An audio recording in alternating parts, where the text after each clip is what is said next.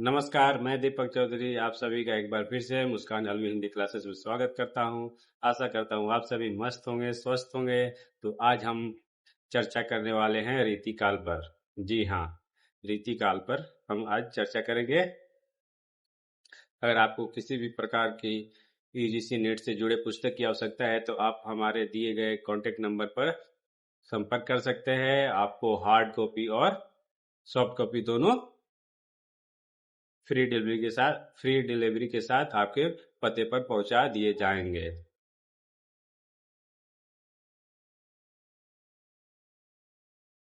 हिंदी साहित्य हो, Hindi UGC net से जुड़ी सभी कहानियों का संग्रह, यूजीसी नेट से जुड़ी जितने भी सिलेबस पाठ्यक्रम में आपके कविताएं हैं, आप उन सभी कविताओं को एक पुस्तक में संग्रहित कर मंगवा सकते हैं।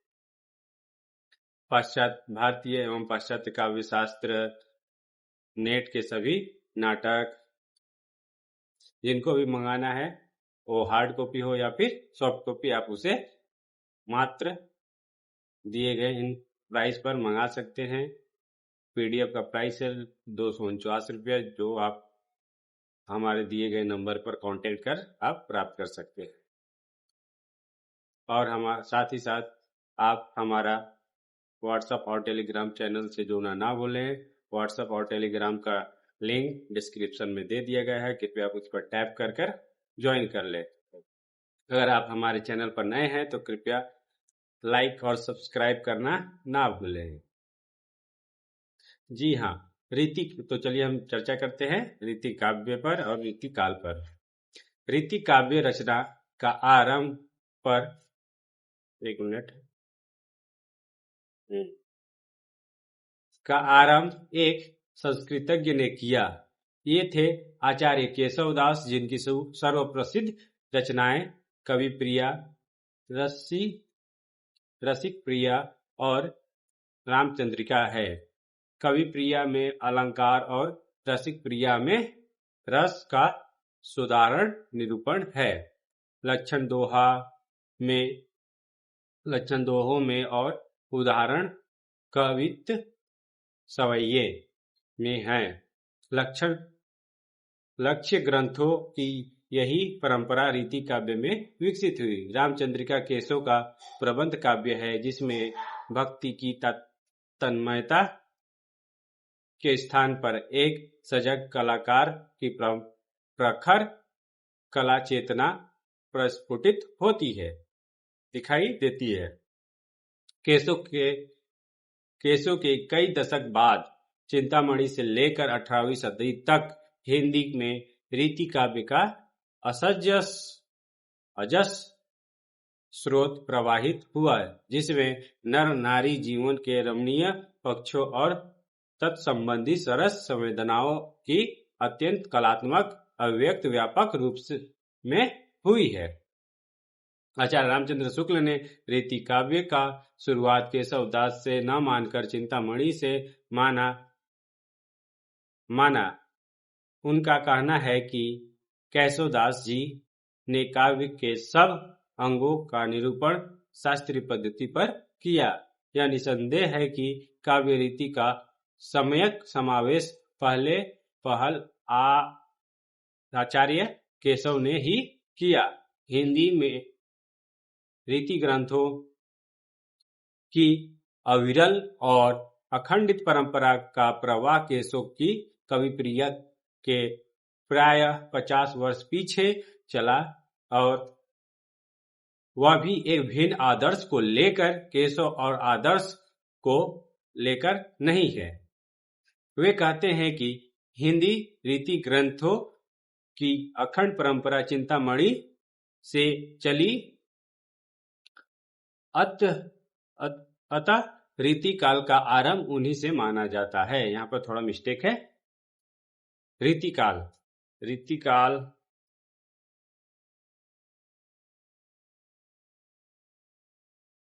भक्त कवियों ने जन जीवन की प्रेरणा ग्रहण कर परंपरा से आगे आ रहे थे। काव्य रूपों और काव्य दर्शों को ग्रहण कर नवीन मार्ग का सृजन किया। उनका प्रभाव अत्यंत व्यापक था। कृष्ण भक्त कवियों ने तो भगवान की प्रेम लीलाओं का वर्णन करते समय लौकिकता का समावेश किया है। नंददास के रसमंजरी में नायिका भेद तक का निरूपण किया है। भक्त कवियों ने रीति काव्यों द्वारा गृहीत कृष्ण को रस का पोषक माना है। साथ ही साथ संस्कृत ग्रंथों का आश्रय भी ग्रहण किया। हिंदी साहित्य का रीति काल धार्मिक या भक्ति काल का हस्र युग है। धार्मिक आंदोलन की पवित्रता तो 17वीं शताब्दी के प्रारंभ से ही समाप्त प्राय हो गई थी।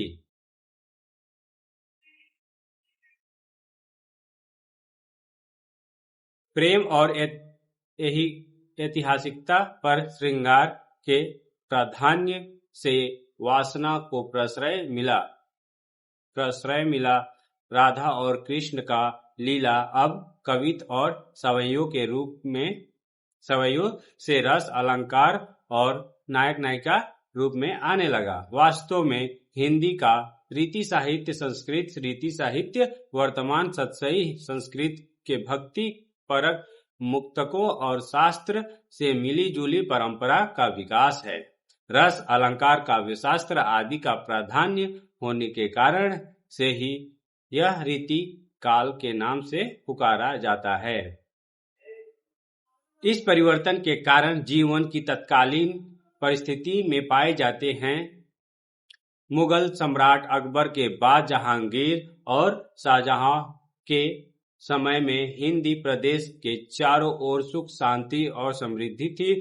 चारों ओर वैभव था। लोगों के पास अपार धन था।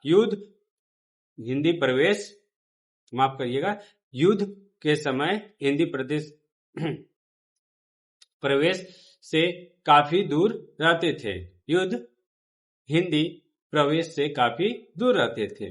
उस समय तक मुस्लिम अत्याचार भी प्राय समाप्त हो चले थे। उन्होंने पूरी तरह से अपने आप को भारत का बना लिया था। अतः ऐसे शांतिपूर्ण वातावरण में दरबारी जीवन का श्रृंगार पूर्ण रूप से हो जाना स्वाभाविक है। रीतिकाल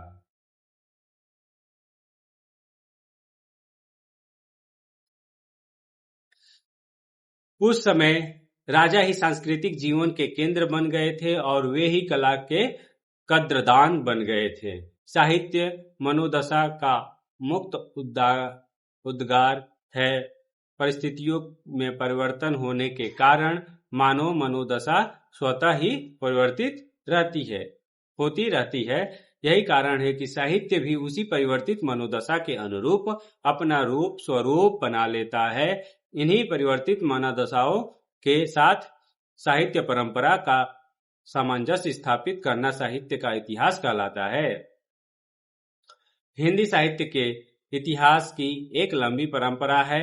सुविधा के लिए सुदीर्घ परंपरा के विद्वानों ने आदिकाल, मध्यकाल और आधुनिक काल में विभाजित कर दिया। पंडित रामचंद्र शुक्ल ने हिंदी साहित्य के उत्तर मध्यकाल को रीति काल कहा और इसको संवत 1700 से संवत 1900 तक माना। इसका युग संवत 1700 से संवत 1900 तक माना। कुछ विद्वानों ने इस काल को श्रृंगार काल भी कहा। शुक्ल ने रीतिकाल नाम प्रवृत्तिगत आधार पर दिया। संस्कृत साहित्य में संवत 600 से 1700 तक लक्षण ग्रंथों की रचना हो रही थी। काव्यशास्त्र में वमनदंडी, भामह, रुद्रट, कैयट, मम्मट, क्षेमेंद्र, कुंतक, विश्वनाथ, प्रकृतराज, जगन्नाथ आदि आचार्यों ने अपने काव्यशास्त्रीय ग्रंथों की रचना इसी काल में की। हिंदी साहित्य में काव्यशास्त्र संबंधी लक्षण ग्रंथ लिखने की परंपरा संस्कृत साहित्य के प्रभाव के कारण चली।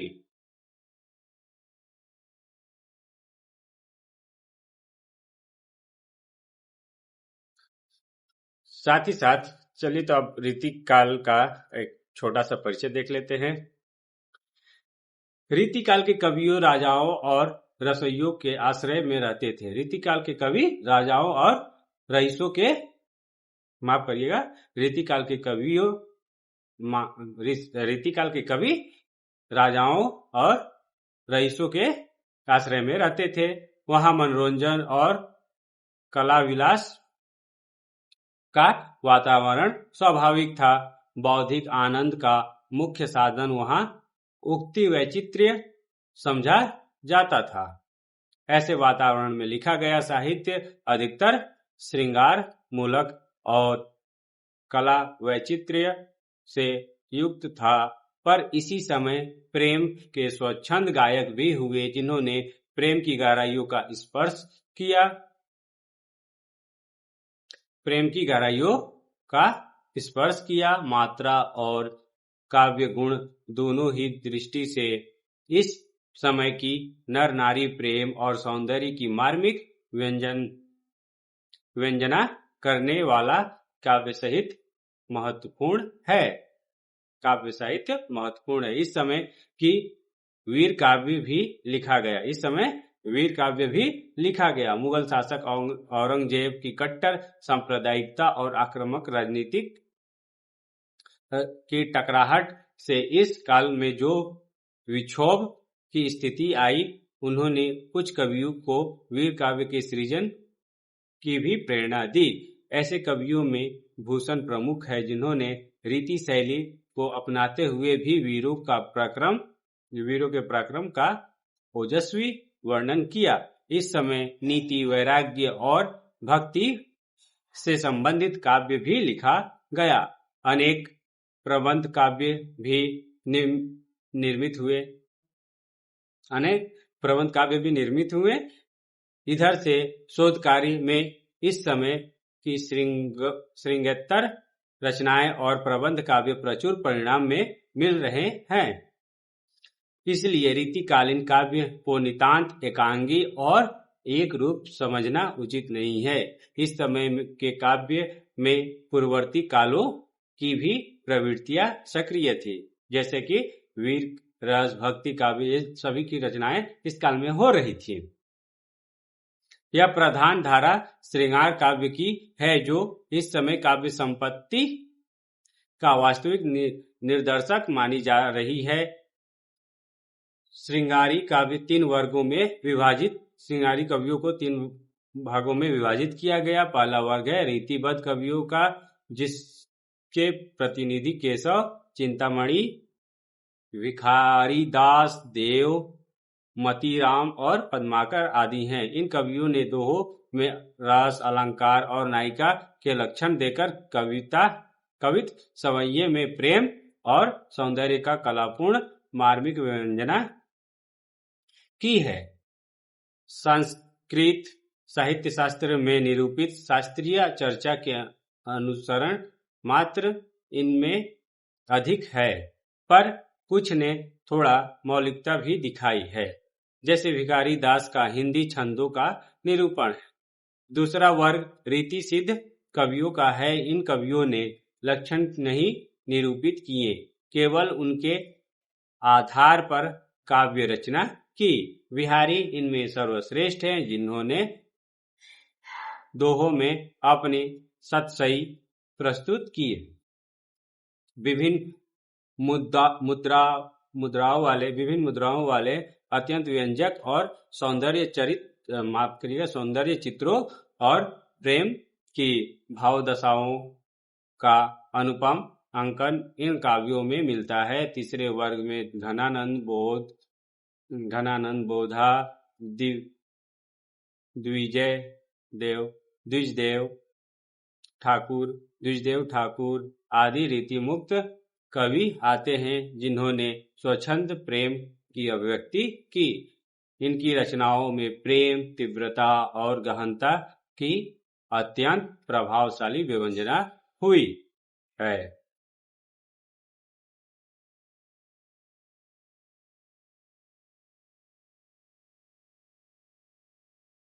रीति काव्य मुख्यतरू मंसाल श्रृंगार का काव्य है। इसमें नर नारी जीवन के रमणीय पक्षों का सुंदर उद्घाटन हुआ। अधिक काव्य मुक्तक शैली में हैं, पर प्रबंध काव्य भी हैं। इन 200 वर्षों में श्रृंगार काव्य का अपूर्व उत्कर्ष हुआ, पर धीरे धीरे रीति की जकड़ बढ़ती गई और हिंदी काव्य का भाव क्षेत्र संकीर्ण होता गया। आधुनिक युग आते आते इन दोनों कवियों की ओर साहित्यकारों का ध्यान विशेष रूप से आकृष्ट हुआ। इतिहास साक्षी है कि अपने प्रभाव काल, यहाँ पर प्रभाव भी मिस्टेक लिखा हुआ है, प्रभाव काल में भी यह युग वैभव विकास का था। मुगल दरबार के हरम में 5-5 हजार रुपसियां रहती थी। 5-5 हजार रुपसियां रहती थी। मीना बाजार लगते थे। सूरज सुंदरी उन्मुक्त व्यापार होता था। डॉक्टर नगेंद्र लिखते हैं कि वासना का सागर ऐसे प्रबल वेग से उमड़ रहा था कि शुद्धि याद सम्राट के सभी निषेध प्रयत्न उसमें बह गए। अमीर उमराव ने उसके निषेध पत्रों को शराब की सुराही में गर्क कर दिया। विलास के अन्य साधन भी प्रचुर मात्रा में थे। पद्माकर ने एक ही छंद में तत्कालीन दरबारों की रूपरेखा का अंकन कर दिया है। गुलगुली गिल में गलीचा है, गुनी जन है। गुलगुली गिल में गलीचा है, गुनी जन है। चांदनी है, चिक है, चिरागन की माला है। कह पद्माकर त्यों गजक गिजा है सजी। सेज है, सुराही है, सूरा है और प्याला है। शिशिर के पाला को व्यापत न कसाला तिन्हें, जिनके अधीन एते उदित मसाला है। तान तूक ताला है, विनोद के रसाला है। सुबाला है, दुसाला है, विशाला चित्रशाला है।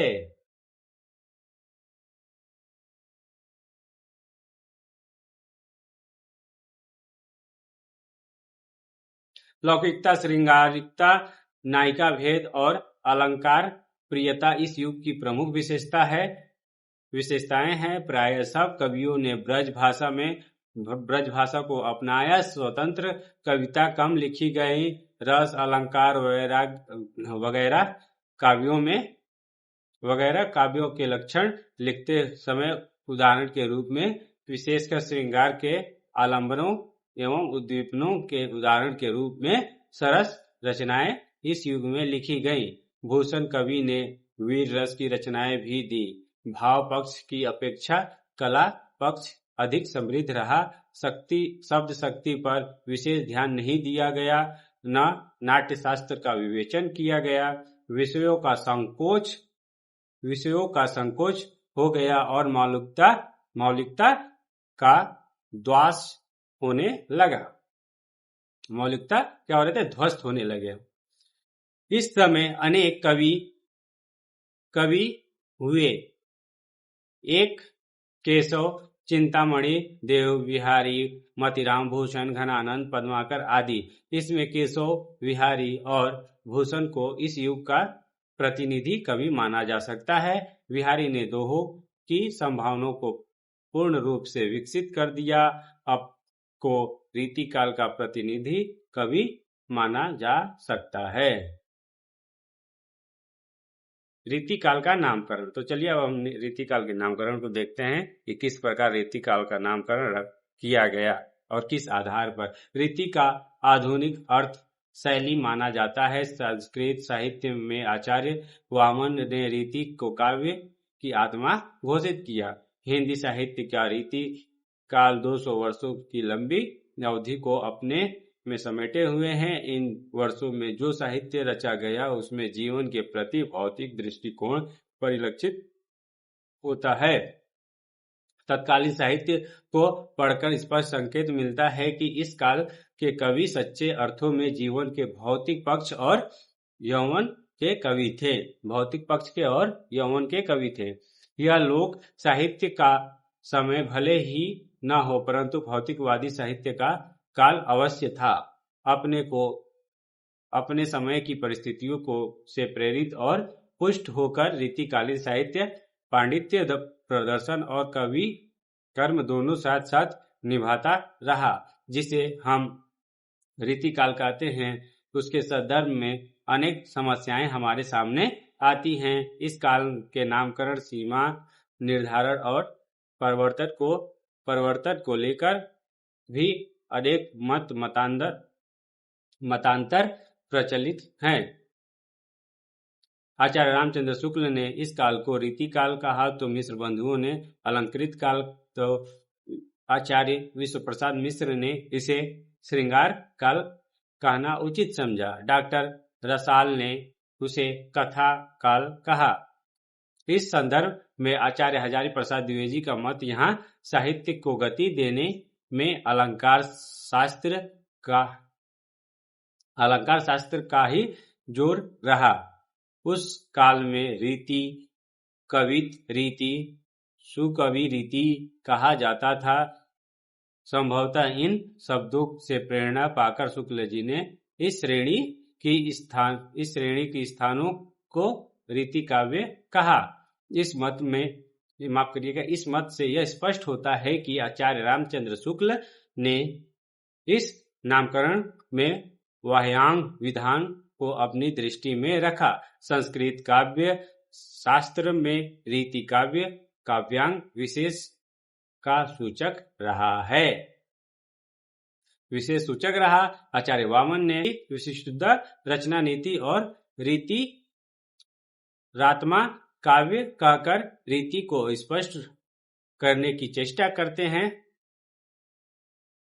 हिंदी आचार्यों में रीति का प्रयोग काव्य रीति, कवित रीति, काव्य रीति, अलंकार रीति, रस रीति, मुक्तक रीति, वर्णन पंच और कवि पंथ आदि के लिए किया है। सामान्यतः रीति शब्द का रचना की पद्धति के लिए प्रयुक्त हुआ। रीति काल के लिए श्रृंगार काल नाम उचित प्रतीत नहीं होता है, क्योंकि भले ही इस काल में कवियों की रुचि श्रृंगारिकता की ओर अधिक रही हो, तब भी ऐसे कितने ही कवि थे जो इस में रुचि नहीं रखते थे। फिर नीति, भक्ति और वीर भावना को आधार मानकर रचना करने वाले कांचे भी कम नहीं थे। अतः श्रृंगार काल में अव्याप्ति दोष देखने को मिलती है। तो चलिए अब हम देखते हैं उत्तर मध्यकाल, नामकरण और औचित्य। इस काल को कला काल अथवा अलंकार काल कहना भी उचित नहीं होगा, क्योंकि इसमें से किसी एक का नाम स्वीकार कर लेने से इस काल का भाव पक्ष छूट जाता है। यह माना जाता है कि उस काल के कवि कला शिल्प के कवि थे, पांडित्य प्रदर्शन में पूरी रुचि रखते थे। फिर भी यह सत्य है कि जो ऐसे थे उनका भी काव्य भावोत्कर्ष का अच्छा ही नहीं बल्कि श्रेष्ठ उदाहरण प्रस्तुत करता है। इस काल को अलंकार काल कहना तो पूरी तरह अनुपयुक्त है। रीति काल नामकरण के संदर्भ में ध्यान देने योग्य बात यह है कि हिंदी साहित्य के उत्तर मध्य काल में अनेक ऐसे कवि हुए जिन्होंने रीति पंथ की अवहेलना करते हुए काव्य रचनाएं की। ऐसे स्थिति में रीति काल नाम भी चिंतनीय हो जाता है। वास्तविकता यह है कि काव्य में बहरीन विधान पर ध्यान देने के साथ साथ इस काल के रसों में श्रृंगार प्रमुखता प्राप्त हुई। श्रृंगार के अतिरिक्त भक्ति, नीति और वीर जैसे भावों की भी पर्याप्त रचनाएं प्रस्तुत दी गई हैं। अतः श्रृंगार काल, अलंकार काल और कला काल जैसे नाम तो एकांगी प्रतीत होते हैं। ऐसी स्थिति में आचार्य शुक्ल जी द्वारा दिया गया नाम रीतिकाल ही अधिक समीचीन होता है। रीति शब्द भले ही ऐसे व्यापक अर्थ वाला है, किंतु इसमें भक्ति, नीति और वीर भावों का समावेश नहीं हो पाया है। ऐसी स्थिति में जब बैंक कोई ऐसा शब्द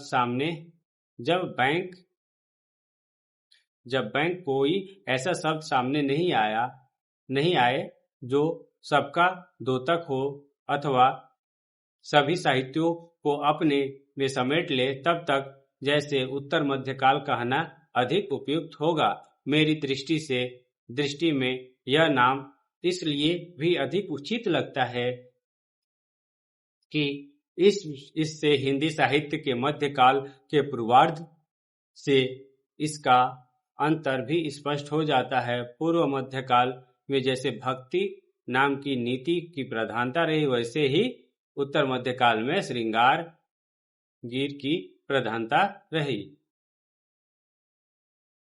रीतिकाल की समय सीमा का निर्धारण आचार्य रामचंद्र शुक्ल ने संवत 1700 से 1900 विक्रम तक की कालाविधि को उत्तर काल या रीतिकाल की संज्ञा दी।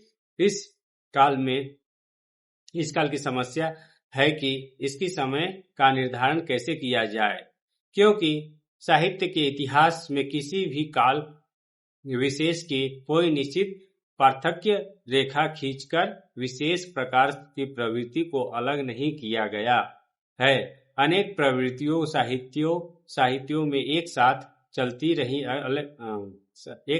रही। इन्हीं में से किसी एक या दो प्रवृत्ति किसी काल विशेष में तीव्र रूप धारण कर लेती है। जब एक प्रवृत्ति प्रधान हो जाती है, तब दूसरी स्वतः ही गौण हो जाती है।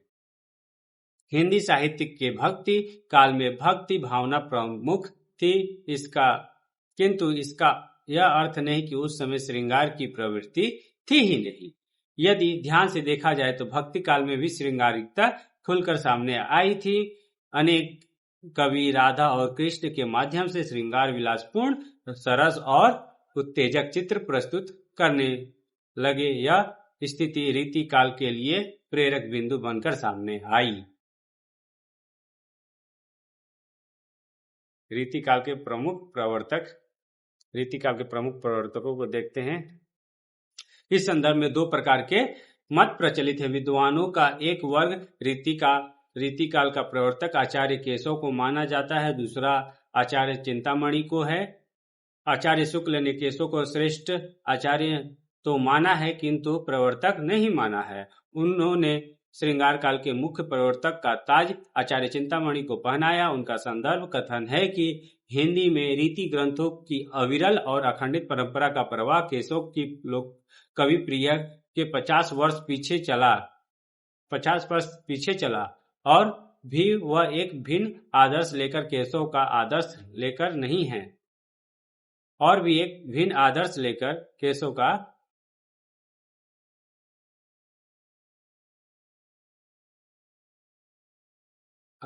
आदर्श कवि नहीं। हिंदी रीति ग्रंथों की अखंड परंपरा चिंतामणि त्रिपाठी से चली, अतः रीति काव्य परंपरा का आरंभ इन्हीं से मानना चाहिए। आचार्य केशव को श्रृंगार काल का प्रवर्तक न मानने के पक्ष में आचार्य शुक्ल ने 3 कारण प्रस्तुत किए। रीति काल की अखंड परंपरा का केशव के 50 वर्ष बाद चलना, परवर्ती कवियों द्वारा भिन्न आदर्श को अपनाना, भक्ति युग में पढ़ना, क्योंकि आचार्य केशव भक्ति युग में अपनी रचनाएं रचे थे। रीतिकालीन प्रेरक परिस्थितियां किसी भी भाषा अथवा देश काल विशेष के साहित्य के समयक आवश्यक हैं। जिस समय संबंधित साहित्य लिखा गया, उस समय परिस्थितियां किस प्रकार की थी, इस दृष्टि से यदि रीति काल का मूल्यांकन करना है तो प्रेरक परिस्थितियों को जान लेना आवश्यक है। इसी इसमें किसी प्रकार का संदेह नहीं है कि रीति काव्य जिस रूप में उपलब्ध है उसके मूल में तत्कालीन राजनीतिक, सामाजिक, सांस्कृतिक तथा कला एवं साहित्यपरक परिस्थितियों का बहुत बड़ा हाथ रहा है। राजनीतिक परिस्थितियां, रीतिकाल की राजनीतिक परिस्थितियां। हिंदी साहित्य का उत्तर मध्यकाल और रीतिकाल जिन परिस्थितियों में होकर सामने आए हुए उस समय की वास्तविकता को अपने में समेटे हुए थी। ध्यान देने पर स्पष्ट रूप से प्रतीत होता है कि उस समय सर्वत्र अव्यवस्था फैली हुई थी। मुगल साम्राज्य के वैभव का सूर्य अस्तोन्मुख दिशा की ओर तेजी से बढ़ता चला जा रहा था। संपूर्ण देश युद्ध और विप्लव का प्रांगण बन चुका था। संपूर्ण देश युद्ध और विप्लव का प्रांगण बना हुआ था। राजनीतिक अधःपतन की प्रक्रिया प्रारंभ हो गई थी। औरंगजेब के बाद गिरते हुए मुगल साम्राज्य की विशाल भवन को संभालने वाला कोई नहीं था। नादिर शाह और अब्दाली के आक्रमणों ने इस विनाशकारी अवस्था को और अधिक गति प्रदान की। सामंतशाही जर्जर अवस्था में थी, किंतु जनता को दलित और निर्दयी करने में नहीं चूक रही थी। औरंगजेब की धार्मिक असहिष्णुता से हिंदू वर्ग कमजोर हो गया था और मुसलमान वर्ग विलास में डूबे रहने के कारण अपनी शक्ति खो चुका था। ऐसी स्थिति में नागरिकों को औसतन स्थिति संतोषजनक नहीं थी।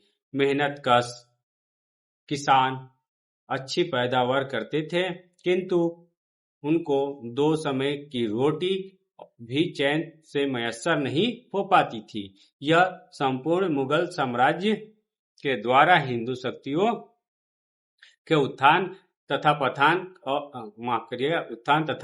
पतन और अंग्रेजी शक्तियों के क्रमिक विकास का इतिहास है।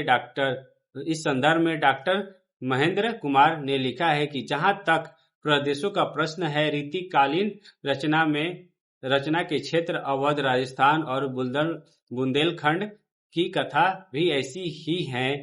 अवध के विलासी प्रथा इतनी बढ़ गई थी कि औरंगजेब के बाद राजपुरुष कुचक्रों, षड्यंत्रों व आंतरिक कलह के शिकार बन गए थे और वे इतने निर्वीर्य हो गए थे कि पतनोन्मुख मुगलों से अपने पुराने गौरव और राज्य को भी प्राप्त न कर सके। बुंदेलों ने अवश्य ही मराठों के साथ लाभ उठाने का प्रयास किया, किंतु राजपूतों के थोथे अहंकार एवं पारस्परिक विद्वेष के कारण सफलता प्राप्त करने में असफल रहे। सामाजिक परिस्थिति। रीतिकाल के समय संपूर्ण देश पर युद्ध के काले बादल मंडरा रहे थे। आए दिन विप्लव की आग जनसाधारण को अपनी भभकती हुई ज्वाला में भस्मसात करने की स्थिति बना रही थी। प्राय नित्य प्रति युद्धों की चोट सहते रहने के कारण भारतीय जनता निष्प्राण हो गई थी और उनका व्यक्तित्व पद दलित होता हुआ क्षीण प्राय हो गया था। सर्वत्र अराजकता फैली हुई थी और समूचे देश में ठगों, चोरों, डाकुओं और युद्ध विचारक लोगों का बोलबाला बन चुका था। समाज की आत्मा संकुचित बन चुकी थी। दूर दूर तक नव जागृति व नव चैतन्य की किरणें दिखाई नहीं दे रही थी। कवि और कलाकार बड़े बड़े प्रासादों में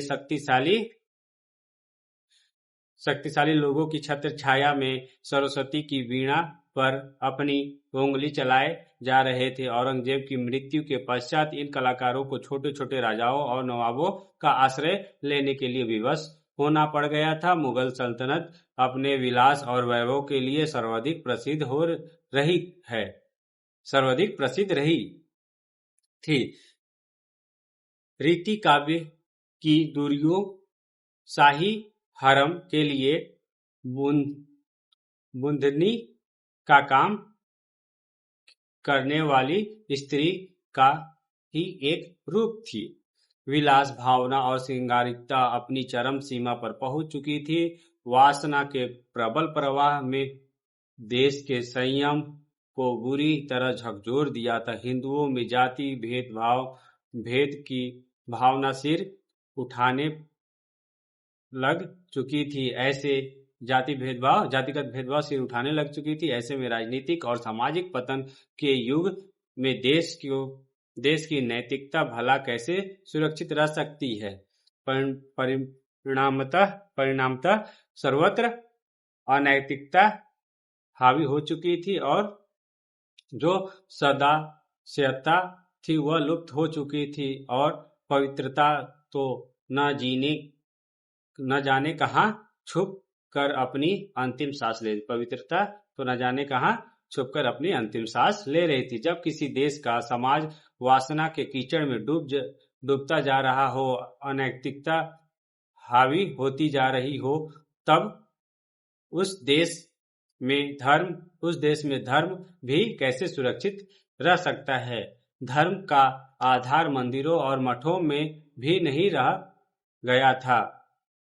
मंदिरों और मठों की देवदासियों भगवान की पूजा के साथ साथ भक्तों की सेवा के लिए अपना शरीर भी अर्पित कर अपनी वासना को तृप्त करती थीं।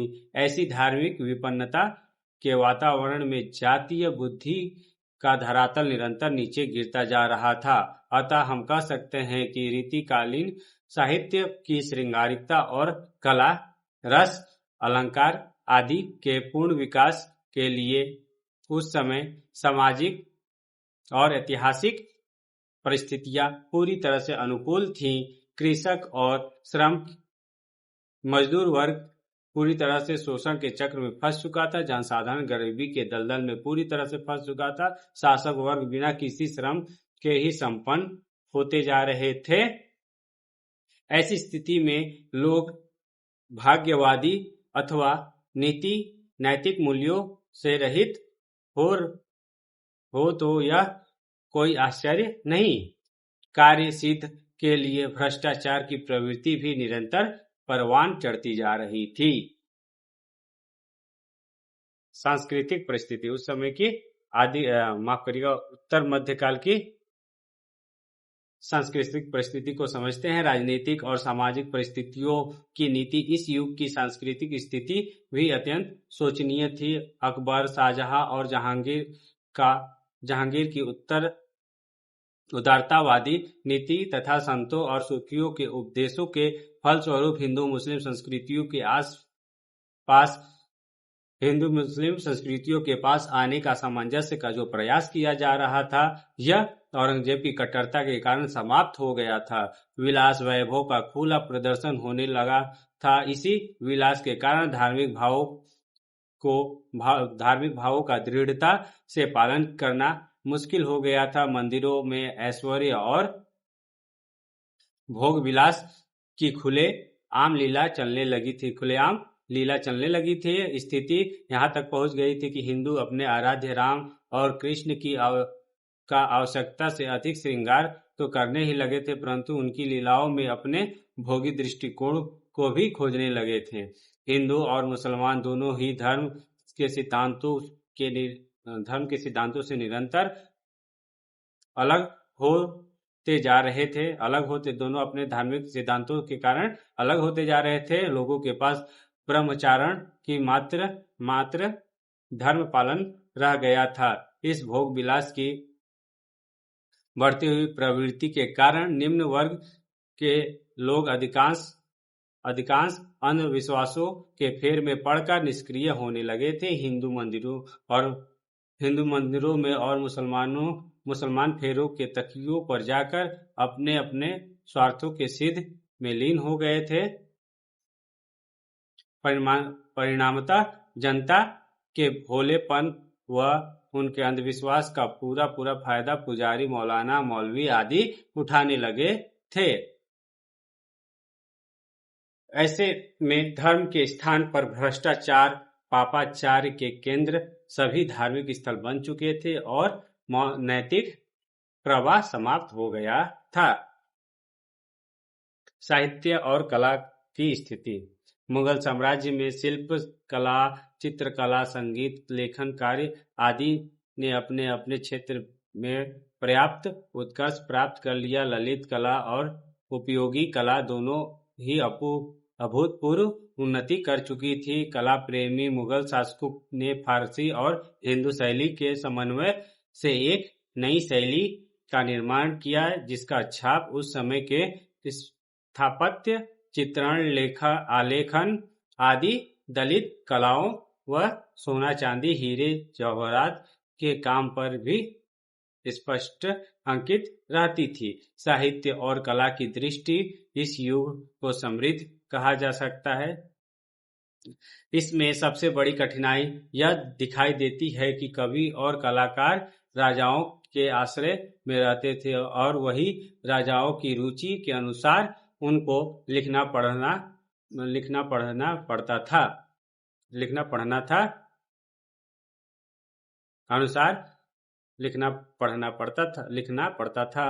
जिससे उनकी जीविका चलती रहती थी और वे स्वतंत्र पूर्वक सृजन नहीं कर पाते थे। यही कारण है कि श्रेष्ठ कलाकारों की कला दब कर रह गई। चमत्कार प्रदर्शन, पांडित्य प्रदर्शन और दरबारों में वाहवाही लूटने की प्रवृत्ति बढ़ती जा रही थी। इस प्रवृत्ति के कारण जहां एक ओर कविता का विकास, दूसरी ओर वही कविता आश्रयदाताओं के इशारे पर रची जा रही थी।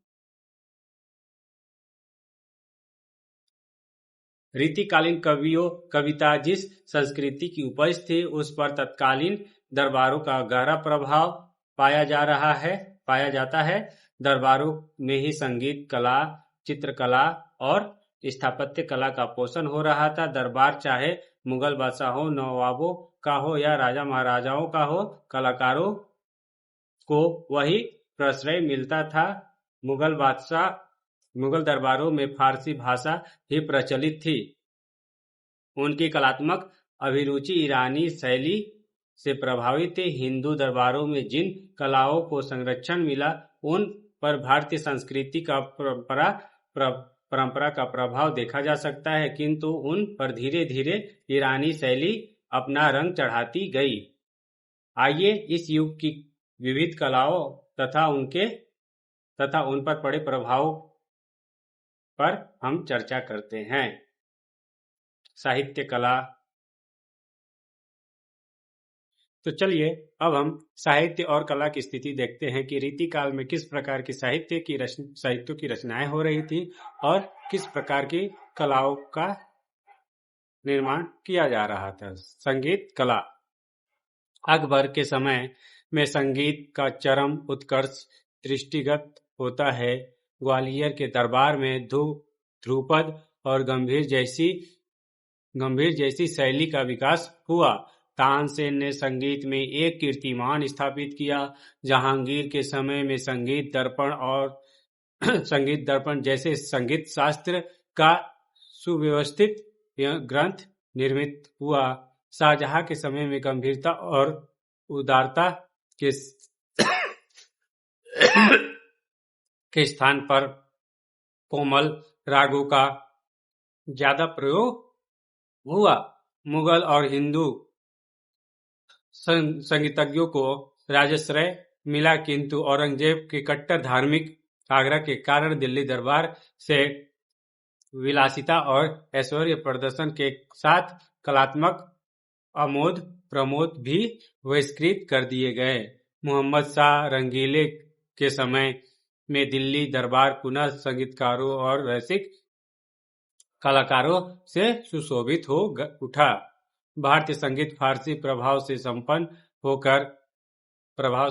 होकर इस युग में चतुरंग शैली में ख्याल, तरना, सरगम और चिवट मृदंग के बोल सबके मिश्रण से संगीत की वैचित्र्यपूर्ण रचना की जाती थी। डॉक्टर श्याम सुंदर दास ने लिखा, वाजिद अली शाह के समय की रंगीली रसीली ठुमरी अपने अपने आश्रयदाताओं की मनोवृत्ति की ही परिचायक नहीं, लोक की प्रौढ़ रुचि में जिस क्रम से पतन हुआ उसका इतिहास भी है।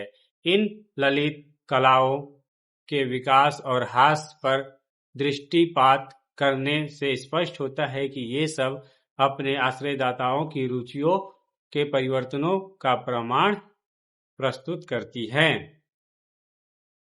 मुगल साम्राज्य के उत्थान के साथ इनका भी उत्थान हुआ और पतन के साथ इनका भी पतन के लक्षण दृष्टिगत हुए। तो चलिए आज अब हम रीतिकाल के साहित्यिक पृष्ठभूमि पर एक नजर डालते हैं। साहित्य पर समाज और संस्कृति का प्रभाव अवश्य पड़ता है। रीतिकाल का काव्य भी अन्य ललित कलाओं की भांति सामंती परिवेश से पूर्णतः प्रभावित है।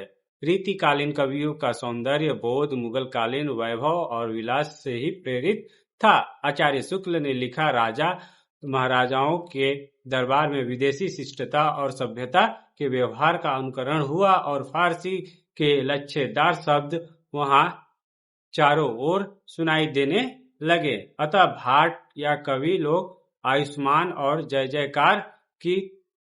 जयकार ही तक अपने को कैसे रख सकते थे। वे दरबार में खड़े होकर उमरदराज महाराज तेरी चाहिए पुकारने लगे। भक्ति काल के कवि ने दास्य, सख्य, वात्सल्य और श्रृंगार का मधुर इन चार रसों को स्वीकार किया, पर कृष्ण भक्ति में विशेष विकास श्रृंगार का ही हुआ। भक्ति काल की अंतिम रचनाएं काव्य दृष्टि से श्रृंगार की रचनाएं हैं, भले ही उसमें हम लौकिक श्रृंगार की सीमा में न घेर सके, पर वह श्रृंगार का ही ईश्वर से संबद्ध रूप हो गई है। इस विषय में आचार्य रामचंद्र शुक्ल का कहना है कि हिंदी में भंगार की काव्यधारा भक्ति धारा से ही फूटी, अतः स्वकीय प्रेम के लिए उसमें अवकाश न रहा। प्रेम के विस्तार और वैविध्य के लिए प्रक्रिया प्रेम ही अधिक उपयुक्त था। दरबारों में फारसी प्रेम पद्धति के निरूपण में भी परकीया प्रेम में आवेग और तीव्रता का प्रदर्शन किया जाता था, जिसमें हिंदी के कवि भी अछूते न रह सके। भारतीय मर्यादा को ध्यान में रखकर प्रेम के आलंबन श्री कृष्ण और राधा ही रखे गए। घोर वासनापूर्ण रचना करने वालों ने भी भक्ति की श्रृंगारिता का आवरण बनाए रखा। इन कृष्ण भक्त कवियों ने अपने भगवत प्रेम की पुष्टि के लिए जिस श्रृंगारमयी लोकोत्तर छटा और आत्मोत्सर्ग की अभिव्यंजना से जनता को रसोन्मत्त किया, उसका लक्ष्य लौकिक स्थूल दृष्टि रखने वाले विषय वासना पूर्ण जीवों पर कैसा प्रभाव पड़ेगा, इसकी ओर उन्होंने ध्यान न दिया। फलतः रीतिकालीन कवियों में राधा कृष्ण के नाम के साथ उनकी वेश्याई लीलाएं भी आ गई, जो युगीन वैलासिक अभिव्यक्ति में सहायक हुई। रीतिकालीन कविता में जिस साहित्यिक दृष्टिकोण का विकास प्राप्त होता है, वह भारतीय साहित्य की परंपरा से अविच्छिन्न रूप से जुड़ा हुआ है। उसके अनुसंधान के लिए संस्कृत, प्राकृत, अपभ्रंश और हिंदी के रीति पूर्व साहित्यिक परंपरा का विकास लौकिक संस्कृत में हुआ, किंतु ऐसे मुक्तकों का प्राचीन संग्रह प्राप्त नहीं होता। प्राकृत भाषा में हाल की सप्तशती अवश्य प्राप्त होता है, जिसके संकेत मिलता है कि मिलता है कि ऐसी गाथाएं लोक जीवन में पर्याप्त मात्रा में प्रचलित रही होंगी। इन गाथाओं के संबंध में विद्वानों का अनुमान है कि ये गाथाएं आर्य और गंभीर संस्कृतियों के निकट संपर्क के कारण अद्भुत मानसिकता को प्रकट करती है। रीतिकालीन कविता को इससे पर्याप्त प्रेरणा मिलती है। साहित्यिक निष्कर्ष के रूप में कहा जा सकता है कि रीतिकालीन कविता की पृष्ठभूमि भक्तिकालीन कविता की आदर्शोन्मुख गंभीरता, व्यापकता और मानवीय मूल्यों की उदारता हो चुकी थी। राजनीतिक प्रभाव के साथ साथ धार्मिक, सांस्कृतिक और साहित्यिक क्षेत्रों में नैतिकता का ह्रास, रूढ़िवादिता और मौलिकता का अभाव व्याप्त हो गया था। अकबर की उदारता और समन्वय की प्रवृत्ति ने जहां देश को कुशल प्रशासन, दृढ़ता और सुव्यवस्था दी, वहीं साहित्य, संगीत और कलाओं में भी अद्भुत सामंजस्य और मौलिकता के दर्शन हुए। उसके दरबार में नवरत्नों के अतिरिक्त भी अनेक विद्वानों, कवियों और धार्मिक नेताओं का सम्मान किया जाता था। उसने उच्च स्तरीय सांस्कृतिक चेतना का प्रसार किया, किंतु उसके उत्तराधिकारी प्रदर्शनीय और विलासी हो गए, जिसका प्रभाव हिंदी साहित्य पर दूर तक पाया जाता है। भक्ति काव्य में अलंकरण और श्रृंगारिता का प्रचलन बढ़ा। भारतीय ईरानी कला और जीवन दर्शन ने साहित्य में व्यापक रूप ग्रहण किया। देवालयों में मुगल दरबार का अनुकरण किया जाने लगा। मर्यादा पुरुषोत्तम राम और नट नागर कृष्ण दोनों पर तत्कालीन दरबारों का प्रभाव पाया जाता है। सामान्य जन भावना से देश के शासक और विश्वसनीयता देवता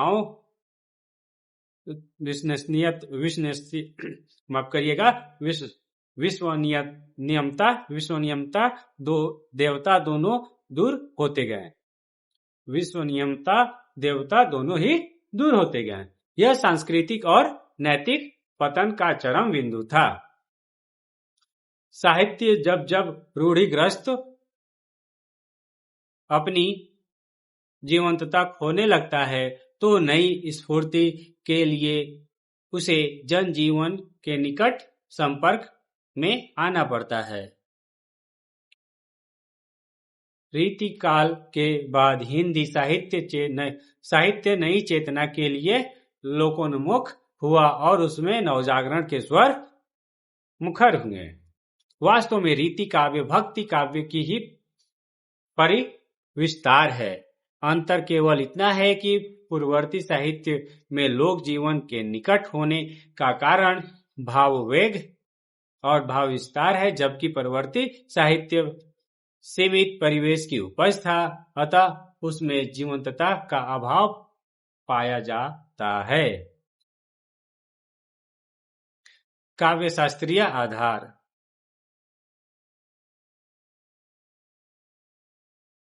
रीतिकालीन कविता के विकास का प्रमुख आधार काव्य शास्त्रीय है। आचार्य रामचंद्र शुक्ल ने इस प्रवृत्ति के आधार पर उत्तर मध्य युग को रीतिकाल की संज्ञा प्रदान की। हिंदी में जो काव्य शास्त्रीय परंपरा विकसित हुई, उसका आधार बहुत कुछ संस्कृत काव्य शास्त्र है। भक्ति काल में ही कृपाराम की हित तरंगिणी, नंददास की रसमंजरी, सूरदास की साहित्य लहरी, केशवदास की कवि प्रिया और रसिक प्रिया की रचना हो चुकी थी। आचार्य केशवदास का व्यक्तित्व इतना प्रभावशाली था कि उन्होंने रीति निरूपण के दृष्टि से सुदृढ़ परंपरा स्थापित कर दी। आचार्य विश्वनाथ प्रसाद मिश्र ने नंददास से लेकर सेनापति तक रीति निरूपक आचार्यों का अविच्छिन्न परंपरा का उल्लेख किया। अन्य साहित्य इतिहासकारों ने उक्त तालिका में कृपाराम का नाम भी जोड़ दिया है। संस्कृत में काव्य शास्त्र, नाट्य शास्त्र और काम शास्त्र की एक लंबी परंपरा प्राप्त होती है। हिंदी के कवियों ने नाट्य शास्त्र और काम शास्त्र की परंपरा को अंगीकार नहीं किया। इन दोनों का जो प्रभाव संस्कृत काव्य शास्त्र पर पड़ा उसे अप्रत्यक्ष रूप से स्वीकार किया। संस्कृत में शास्त्रीय विवेचन जिस प्रौढ़ता और गंभीरता से किया गया वैसा हिंदी में नहीं हो सका। इसके कई कारण हैं। तत्कालीन सामंत वर्ग की काव्य शास्त्र में कोई भी विशेष रुचि नहीं थी। मूलतः वे रसिक और काव्य शास्त्र के सामान्य ज्ञान द्वारा अपनी रसिकता का ही पोषण करना चाहते थे। इसलिए वे संस्कृत काव्य शास्त्र के रीति, वक्रोक्ति, ध्वनि आदि गंभीर संप्रदायों का विकास हिंदी में नहीं हो सका। केवल रस और अलंकार संप्रदायों का ही किंचित परिचय इन हिंदी काव्य शास्त्रीय ग्रंथों में मिलता है। वास्तव में हिंदी के आचार्य कवि कर्म का निर्वाह भी साथ साथ करने लगे थे, जिससे न तो वे पूर्ण से आचार्य ही हो पाए और न रीतिबंध को स्वीकार करने के कारण अपनी काव्य प्रतिभा का ही उत्कर्ष प्रकट कर सके। रीतिबद्ध कवियों की अपेक्षा रीतिसिद्ध कवियों में काव्य प्रतिभा अधिक उपयोग देखा जा सकता है और रीति मुक्त या स्वच्छंद काव्य धारा के कवियों में उसका चरम प्रदर्शन हो सका था। रीतिकालीन कविगणों की काव्य धाराएं। हिंदी साहित्य के रीति काव्य में जिन कवियों ने काव्य सृजन किया उन कवियों को 3 प्रकार के काव्य धाराओं में विभाजित किया जा सकता है। पहला है रीतिबद्ध कवि। रीतिबद्ध एक काव्य धारा है जिसका श्री गणेश भक्ति काल में ही हो चुका था, जिसमें आचार्य केशव का नाम सम्मानीय और अग्रण्य है। रीति मुक्त कवि। दूसरा है रीति मुक्त कवि। रीति काव्य के एक दूसरी धारा रीति मुक्त कवियों की है। इसे स्वच्छंद काव्य धारा भी कहा जाता है। रीतिसिद्ध काव्य। रीति काल के अंतर्गत एकमात्र कवि बिहारी ऐसे हैं जिन्हें रीतिसिद्ध कवि कहा जा सकता है, क्योंकि उन्होंने किसी भी प्रकार से किसी लक्षण ग्रंथ का निर्माण नहीं किया है।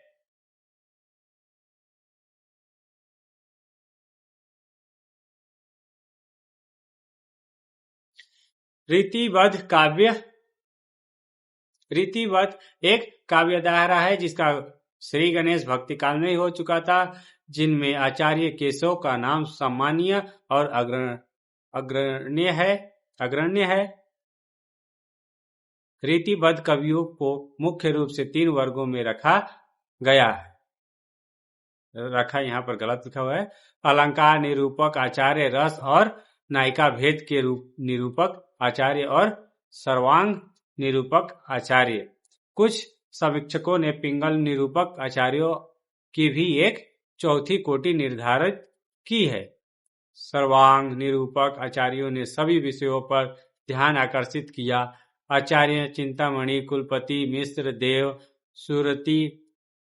सुरति मिश्र, कुमार मणि शास्त्री, सोमनाथ, श्रीपति, भिखारी दास, प्रताप सिंह आदि आचार्य इस क्षेत्र में प्रमुख थे। अलंकार निरूपक आचार्यों ने अपने लक्षण ग्रंथों के निर्माण के लिए चंद्रलोक,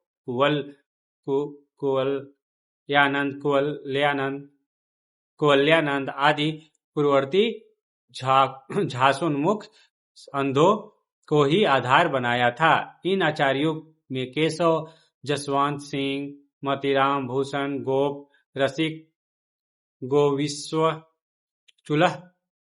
गोकुलनाथ और पद्माकर के नाम लिए जा सकते हैं। रस और नायिका भेद के निरूपक आचार्यों को 2 कोटियां हैं। कतिपय आचार्यों ने मूल रूप से नायिका भेद और स्थूल रूप से श्रृंगार रस का निरूपण ही किया। कुछ आचार्य ऐसे भी रहे जिन्होंने सभी रसों पर विचार किया, किंतु सभी की सोमनाथ, रसलीन, भिखारी दास, उजियारे, राम सिंह गोविंद और पद्माकर आदि प्रमुख थे। देव द्वारा किया गया रस विवेचन अपेक्षाकृत अधिक विस्तृत और मौलिक है। मतिराम पद्माकर आदि के लक्षण उदाहरण न केवल सटीक है अपितु सरस भी हैं। रीति काल की रसिकता और सरसता के वास्तविक स्वरूप को प्रस्तुत करने वाले ये ही कवि हैं। रीति ग्रंथों, यहाँ कवि गलत लिखा हुआ है, ये कति लिख दिया गया है, यहाँ कवि होगा। रीति ग्रंथों के प्रस्तोता आचार्य केशव ही माने जाते हैं। यहाँ केशव भी गलत लिखा गया है, केसर लिखा गया है, किसे आप केशव कर लेंगे। कवि प्रिया और रसिक प्रिया दोनों ही उत्तम कोटि के ग्रंथ माने गए। ग्रंथ भी यहाँ गलत है, माने गए। रीति काल के जसवंत सिंह ने भाषा भूषण की रचना कर अपने आचार्यत्व की साक्षात्कार कराया है। भूषण का शिव भूषण ग्रंथ एक अलंकार निरूपक ग्रंथ है। ग्रंथ फिर से गलत लिखा है। मोवीराम का कवि रूप आचार्य की तुलना में कहीं अधिक प्रबल है। आचार्य देव का आचार्य और कवि रूप दोनों ही समान रूप से अपना महत्वपूर्ण परिचय देता है। देव के सृजन में काव्य के साथ साथ एक श्रेष्ठ आधार्य तुल्य मौलिक चिंतन भी स्वतः समाविष्ट हो गया है। भावों की सूक्ष्मता, भाषा पर असाधारण अधिकार, शब्दों की सगोत्रता, सरसता और इसके साथ साथ उक्ति वैचित्र्य पर देव ने पूरा ध्यान आकर्षित किया। श्रृंगार कालीन आचार्यों में भिखारी दास सर्वोच्च स्थान के अधिकारी हैं। ध्वनि, रस, अलंकार, गुण, दोष आदि सभी विषयों पर भिखारी दास ने लक्षण उदाहरण प्रस्तुत किए हैं। रीतिबद्ध कवियों ने लक्षण ग्रंथों के आधार पर व्रत में काव्य रचना की। इन्हें हम आचार्यवादी कह सकते हैं। आचार्यवादी होगा, यहाँ आचार्यवादी कह सकते हैं। तो अब हम रीति मुक्त कवियों पर बात करेंगे। रीति काव्य की एक दूसरी धारा रीति मुक्त कवियों की है। ये स्वच्छंद काव्य धारा भी इसे स्वच्छंद काव्य धारा भी कहा जाता है। इस वर्ग के प्रमुख कवियों में घनानंद, बोधा, ठाकुर, आलम आदि विशिष्ट रहे हैं। ये वे कवि हैं जिन्होंने प्रयत्न करके कविता नहीं लिखी है अपितु कविता तो स्वयं इनके हृदय से प्रस्फुटित होकर मुक्त कंठ से प्रवाहित हुई हैं। रीतिबद्ध कवियों ने चमत्कार को अभिव्यक्ति के लिए बुद्धि प्रेरित कविताएं लिखी, जबकि रीति मुक्त कवियों ने भाव भावित कविता लिखी, जिसका परिणाम समूचा रीति काव्य। रीति मुक्त कवियों ने काव्य को साधन रूप में नहीं बल्कि साध्य रूप में ग्रहण किया। घनानंद ने कहा है कि लोग हैं लागी कवित बनावत, मोही तो मेरे कवित बनावत। प्रस्तुत उक्ति केवल घनानंद पर ही चरितार्थ नहीं होता अपितु समूचे रीति मुक्त काव्य पर लागू है। घनानंद की कविता में संकलनकर्ता वृजनाथ ने भी इस दृष्टिकोण से अपने उद्गार व्यक्त करते हुए कहा, जग की कविताई के धोखे रहे हैया प्रवीणन की मति जाति जकी। अर्थात रीति युक्त कवियों की कविता को नेत्रों से नहीं बल्कि हृदय की आंखों से पढ़ा जाना चाहिए। रीति सिद्ध कवि। रीति काल के अंतर्गत एकमात्र कवि बिहारी ऐसे हैं जिन्हें रीति सिद्ध कवि कहा जा सकता है, क्योंकि उन्होंने किसी भी प्रकार के किसी लक्षण ग्रंथ का निर्माण नहीं किया अपितु रीति परिपाटी की सभी विशेषताएं उनकी बिहारी सतसई में सहज स्वाभाविकता उपलब्ध है। उनकी सतसई में रस, भाई नायिका भेद, ध्वनि, रीति, वक्रोक्ति आदि को आकर्षक ढंग से प्रस्तुत किया गया है। इस संदर्भ में आचार्य विश्वनाथ प्रसाद मिश्र ने अपने तर्क में कहा है कि बिहारी ने आचार्य कर्म से दूर रहकर जो सतसई रची उसमें रीतियां स्वतः ही सिद्ध होती चली गई हैं, इसलिए उन्हें रीति सिद्ध कवि कहा जा सकता है। बिहारी को रस सिद्ध कवि कहा जा सकता है। बिहारी की विख्यात रचना सतसई ने अप्रत्याशित लोकप्रियता प्राप्त की है, क्योंकि उसमें मुक्तक शैली की रसात्मकता है। रसात्मकता ही बिहारी सतसई में प्रधान है और है, अतः बिहारी उच्च कोटि के रीति सिद्ध कवि रहे हैं।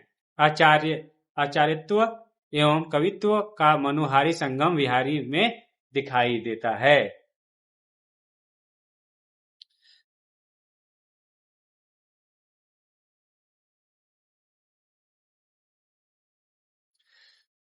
रीति ग्रंथकार कवि और उनके रचनाएं। संस्कृत में काव्यांग निरूपण शास्त्रज्ञ आचार्य करते थे, कवि नहीं। वे काव्य विवेचन के दौरान प्रसिद्ध कवियों की रचनाओं को उद्धृत करके अपनी बात समझाते थे, लेकिन रीति काल में रीति ग्रंथ लिखने वाले या काव्य पर विचार करने वाले आचार्य नहीं, मूलतरु कवि ही थे। इसलिए उन्होंने नायिकाओं रसों अलंकारों छंदों के विवेचन पर कम इनके दिए गए लक्षणों के उदाहरणों के रूप में रचनाओं पर ज्यादा ध्यान दिया। उन्होंने अन्य कवियों की रचनाओं के उदाहरण नहीं दिए, बल्कि स्वयं काव्य रचा। इसलिए इस काल के रीति ग्रंथकार आचार्य और कवि दोनों एक ही होने लगे। लेकिन इस संदर्भ में यह स्मरण रखना चाहिए कि ये दोनों कार्य कवि कर्म और आचार्य कर्म परस्पर विरोधी हैं। कवि के लिए भाव प्रणव हृदय चाहिए, वहीं आचार्य कर्म की सफलता के लिए प्रौढ़ मस्तिष्क और सर्वांग पूर्ण संतुलित विवेचन शक्ति की अपेक्षा हुआ करती है। रीति ग्रंथकार पहले कवि हैं। आचार्य कर्म तो उसे परंपरावश और राजदरबारी में रीति शास्त्र के ज्ञान की अनिवार्यतावश अपनाना पड़ा। इस युग के प्रमुख रीति ग्रंथकार कवि और उनकी रचनाओं का विवरण। रीति ग्रंथकार कवि और उनकी रचनाएं हैं। ये रीति काल के प्रवर्तक केशवदास ये रीति काल के प्रवर्तक कवि हैं। इनकी रचनाएं इस प्रकार है: कवि प्रिया, रसिक प्रिया, चंद्रिका, रामचंद्रिका, चंद्रिका, विज्ञान गीता, रतन बावनी, जहांगीर जस, वीर सिंह, देवचरित। इनकी भाषा ब्रज है। चिंतामणि इनकी रचनाएं हैं। कविकुल कल्पतरु, पिंगल, काव्य विवेक, काव्य प्रकाश, राजमंजरी, श्रृंगार मंजरी, रस विलास, कृष्ण चरित, कवित विचार, छंद विचार, पिंगल, ब्रज। इनकी भाषा रही है ब्रज। मतीराम इनकी मुख्य रचनाएं हैं: ललित लाम, छंदसार, रसराज, साहित्यसार, लक्षण श्रृंगार, मतीराम सतसई, फूलमंजरी, अलंकार पंचिका, जो ब्रज भाषा में रची गई हैं।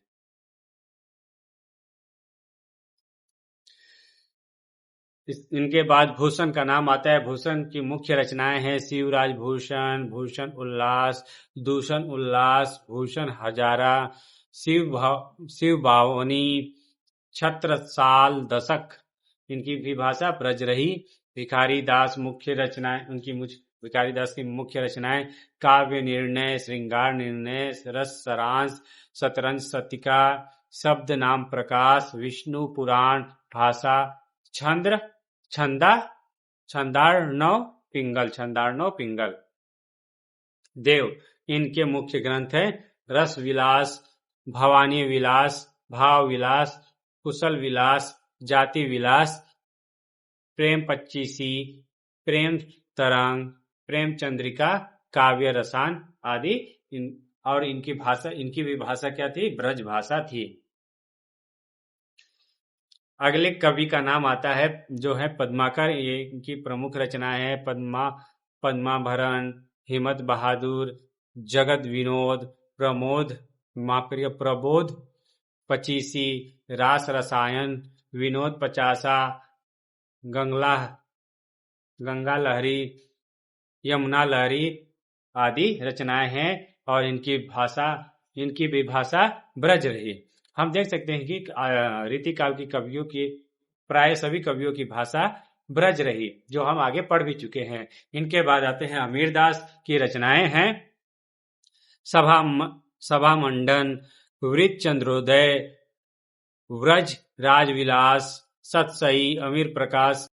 तो अगले कवि हैं श्रीपति। इनकी मुख्य रचना है कवि कल्पद्रुम, सरोज कालिका, काव्य सरोज, विक्रम विलास, अनुप्रास विनोद, अलंकार गंगा आदि हैं। रीति ग्रंथकार कवि और उनकी रचनाओं में अब अगले कवि का नाम आता है कुलपति मिश्र। संग्राम सार, इनकी रचनाओं का नाम है संग्राम सार, रस रहस्य, नख सिख, द्रोण पर्व, मुक्ति तरंगिणी। और साथ ही साथ आखिरी कवि और कवि हैं, लेकिन इस लिस्ट में आखिरी नाम आता है सोमनाथ जी। रस पीयूष निधि, सुजान विलास, श्रृंगार विलास, पंचाध्यायी, कृष्ण लीलावती, माधव विनोद नामक इन्होंने रचनाएं रची। तो हम निष्कर्ष के रूप में देख सकते हैं कि रीतिकालीन काव्य को किसी भी एक रेखीय प्रणाली के आधार पर मूल्यांकित करके सरल निष्कर्ष निकाले जा सकते हैं। पर मेरी प्रस्तावना यही है कि किसी भी काल की मूल्यांकन पद्धति चक्रीय होती है, एक रेखीय नहीं। इस काल हेतु भी मूल्यांकन के लिए समग्रता से इस काव्य के पठन और आलोचना की आवश्यकता है। पूर्वाग्रह से ग्रसित होकर इसे विशिष्टतम अथवा निकृष्टतम कहना सही नहीं, बल्कि धैर्य और परिश्रम की जरूरत है। याद रखना होगा कि ठाकुर इसी काल में काव्य में अलंकारी की भरमार की भर्त्सना का साहस करते हैं। सिख लीनो मीन मृग खंजन कमल नैन डेल, सो बनाए ओए मिलत सभा के बीच, लोगन कवित कीबो खेल करी जानू है। और देव की काव्य में वर्ण जाति भेद पर तिरस्कार और भर्त्सना के उदाहरण मिलते हैं। इस काल की समझ को एक स्त्री की दृष्टि से समझा जाना और देखा जाना चाहिए, ताकि इस काल के प्रति भी नई दृष्टि